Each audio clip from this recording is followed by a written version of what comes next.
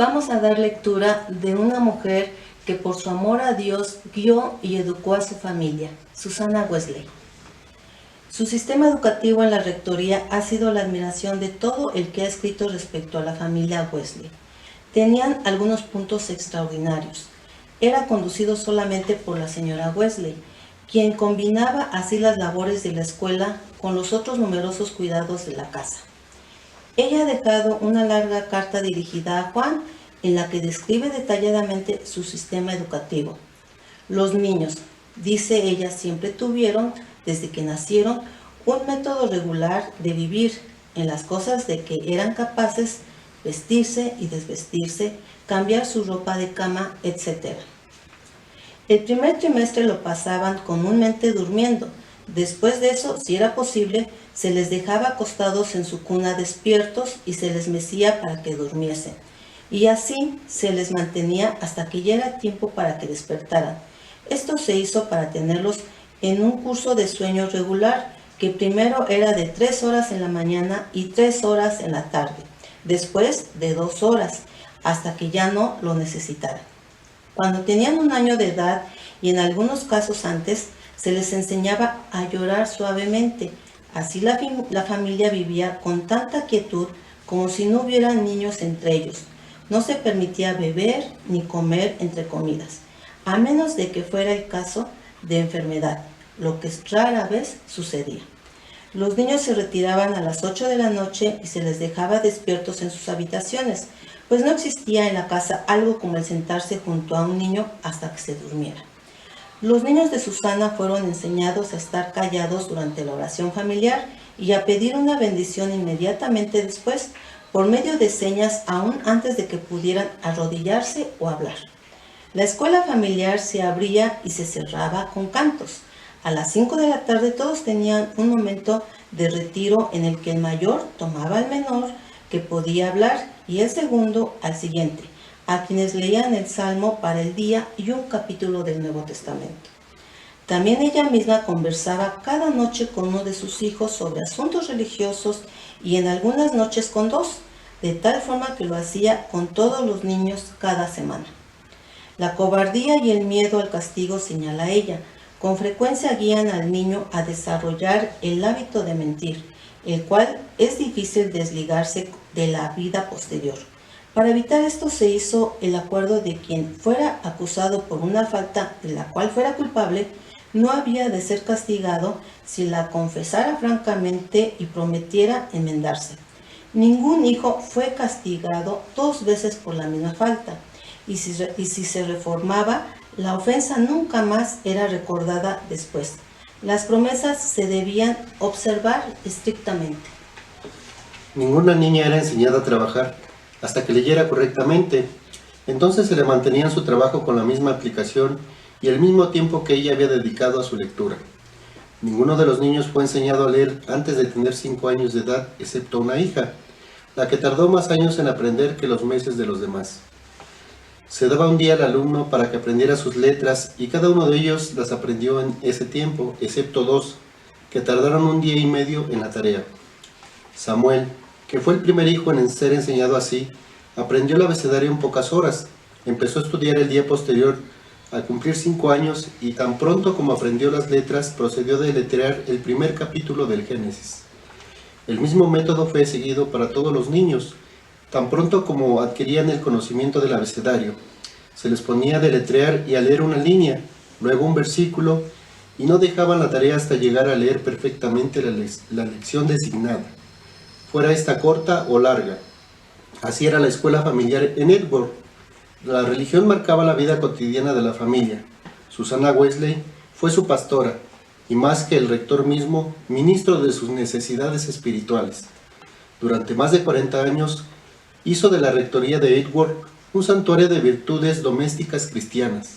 10 de los hijos alcanzaron los años adultos. Todos ellos llegaron a ser cristianos devotos y cada uno de ellos murió en el Señor. Qué poderosa señala el biógrafo Adam Clarke al terminar su relato. Es una educación cristiana. Y qué verdadero es el versículo. Instruye al niño en su camino y aun cuando fuere viejo, no se apartará de él. Bendiciones.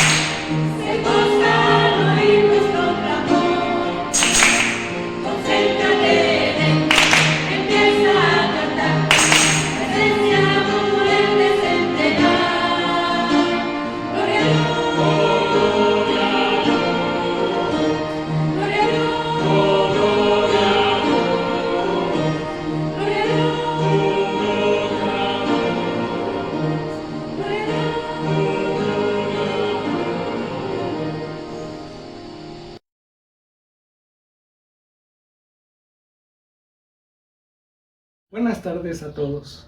Doy gracias a Dios la oportunidad de compartir en esta Semana del Hogar 2021. Es una bendición poder estar frente a ustedes. El tema del día de hoy se titula Vivir en la voluntad de Dios y está basado en 1 de Pedro 3 del 1 al 7 y dice así: Ustedes, las esposas, deben obedecer a sus esposos en todo.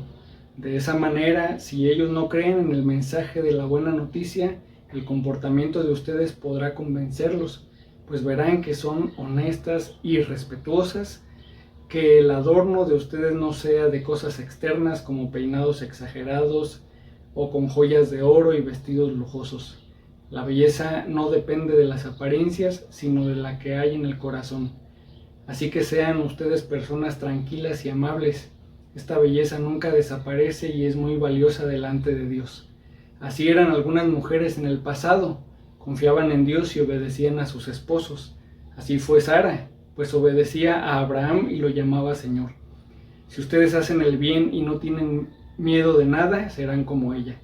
En cuanto a ustedes, los esposos, sean comprensivos con sus esposas, reconozcan que ellas no tienen la fuerza de ustedes, pero que también a ellas Dios les ha prometido la vida eterna si ustedes así lo hacen. Dios escuchará sus oraciones.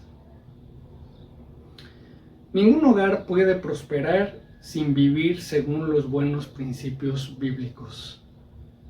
Estos principios bíblicos son en realidad la voluntad de Dios para nuestras vidas.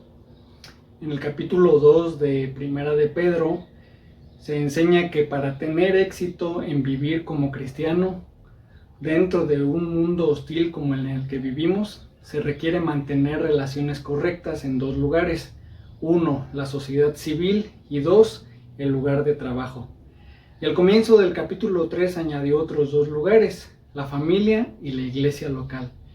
Pedro insiste en que si los cristianos vamos a ser representantes del Señor, debemos someternos no solo al orden civil, sino también al orden social que Dios ha diseñado. Las mujeres no son inferiores a los hombres, así como los ciudadanos cristianos tampoco son inferiores a los gobernantes ni los empleados a sus jefes no cristianos.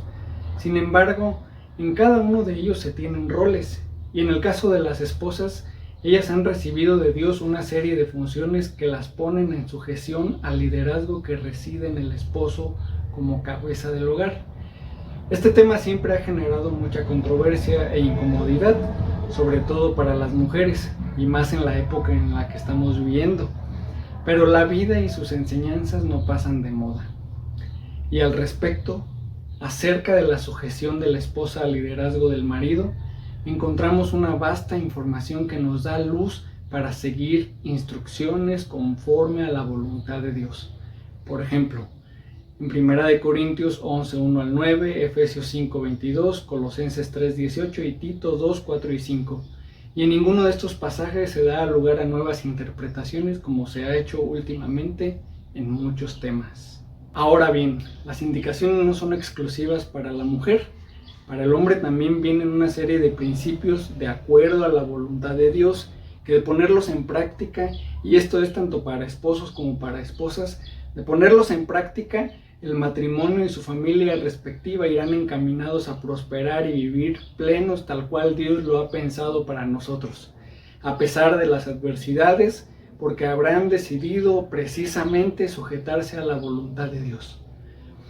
Una característica importante de señalar, revisando este pasaje de la Escritura, es que la sumisión en amor y gracia por parte de una mujer cristiana a su esposo no salvo es la herramienta evangelizadora más eficaz que ella posee, ya que a la sujeción se le añade modestia, mansedumbre, respeto por su esposo. La pureza en la manera de vivir por parte de la esposa y la reverencia a Dios es lo que el esposo no salvo deberá observar en todo tiempo. Yo, por ejemplo, tengo el privilegio de conocer muchos más de un caso como este, donde la esposa creyente, a través de su testimonio fiel a la palabra, causa tal impacto en la vida del esposo no creyente que éste termina siéndolo también, un fiel seguidor de Cristo.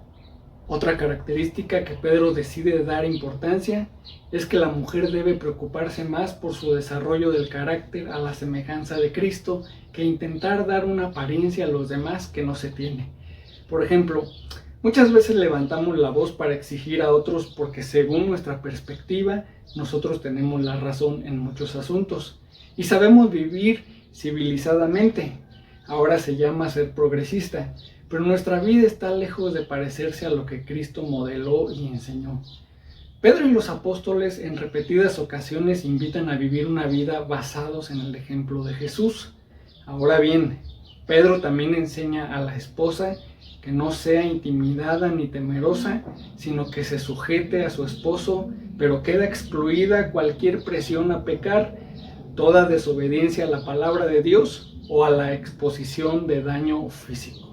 Hasta este punto solo hemos hablado de la esposa, pero la sumisión también es responsabilidad de un esposo cristiano. Esto lo encontramos en Efesios 5:21. Aunque no se somete a su esposa como líder, el esposo creyente debe someterse al cumplimiento del deber amoroso de ser sensible a sus necesidades, temores y sentimientos. En otras palabras, un esposo cristiano debe subordinar sus necesidades a las de su esposa, sea cristiana o no. Pedro llama especial atención sobre la consideración, la caballerosidad y el compañerismo.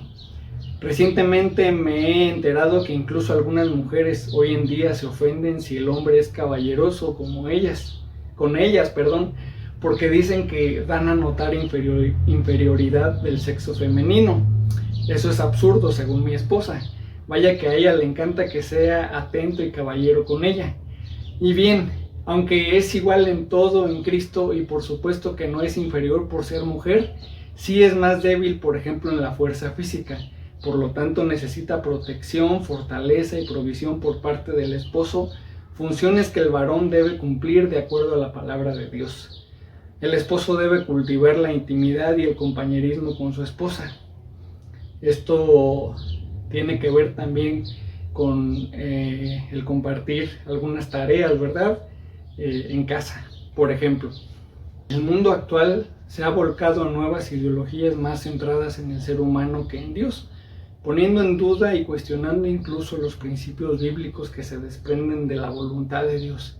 También se han malinterpretado los textos bíblicos a conveniencia propia, pero nunca encontraremos verdadera satisfacción en esta manera de vivir. De hecho, es por eso que buscamos alternativas bíblicas que se adapten a nuestra manera de vivir por la insatisfacción en nuestras vidas. Mas cuando vivimos en la voluntad de Dios, siguiendo sus preceptos, su palabra es suficiente para nosotros. Encontramos plenitud en Cristo incluso en medio de la adversidad, y Él es suficiente en nuestras vidas. Basta hacer una introspección para darnos cuenta de cuán fiel y suficiente ha sido Dios con nosotros, sobre todo cuando decidimos vivir de acuerdo a su voluntad. Sin temor a equivocarme y con mi esposa aquí presente, puedo decir con seguridad que hemos disfrutado nuestro matrimonio, que en términos generales ha sido basado en las enseñanzas bíblicas y esto ha traído bendición a nuestra vida, a nuestro matrimonio y a nuestra familia.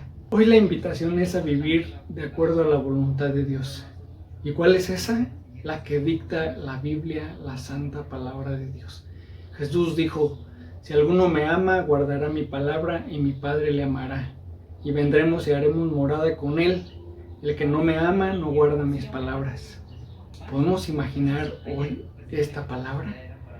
Bueno, pues este es un tiempo para orar y pedirle a Dios que sea hecha su voluntad en nuestras vidas. Padre, gracias porque tú has sido fiel. Gracias porque tu palabra nos enseña y tu Espíritu Santo nos redarguye. Hoy te ruego, Señor, que de acuerdo a lo que hemos aprendido, nosotros podamos poner en práctica. Y que tu Espíritu Santo sea el que nos siga revelando tu palabra, nos siga instruyendo, nos siga capacitando.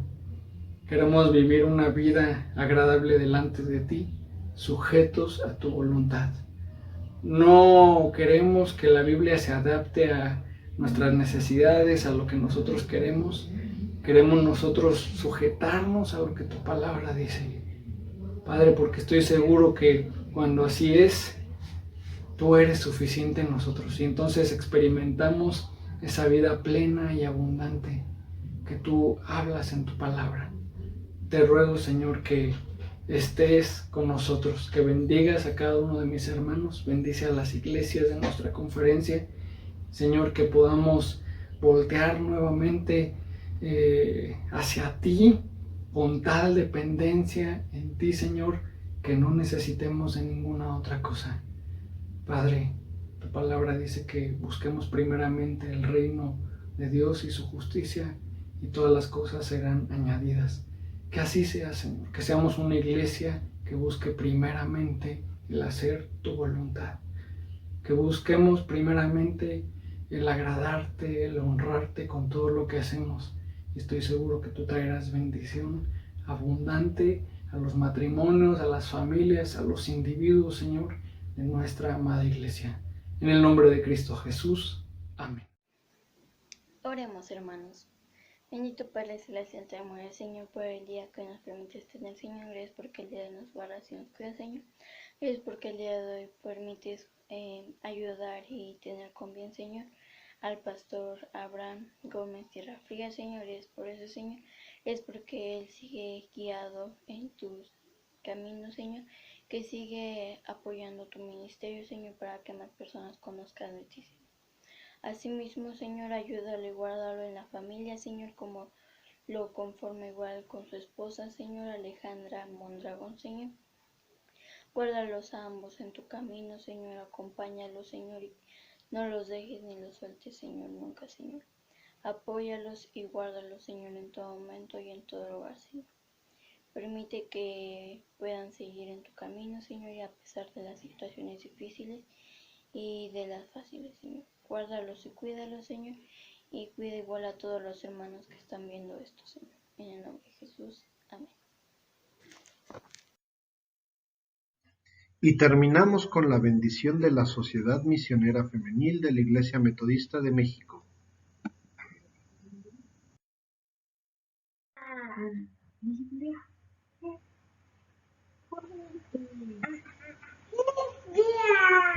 ¿En qué libro, Abdi? Deuteronomio 31:8.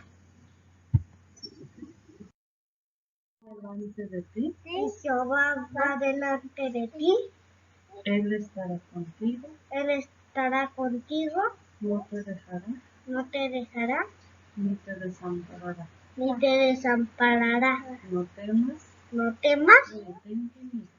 no temas ni te intimides. Amén. Amén. Amén. Adiós.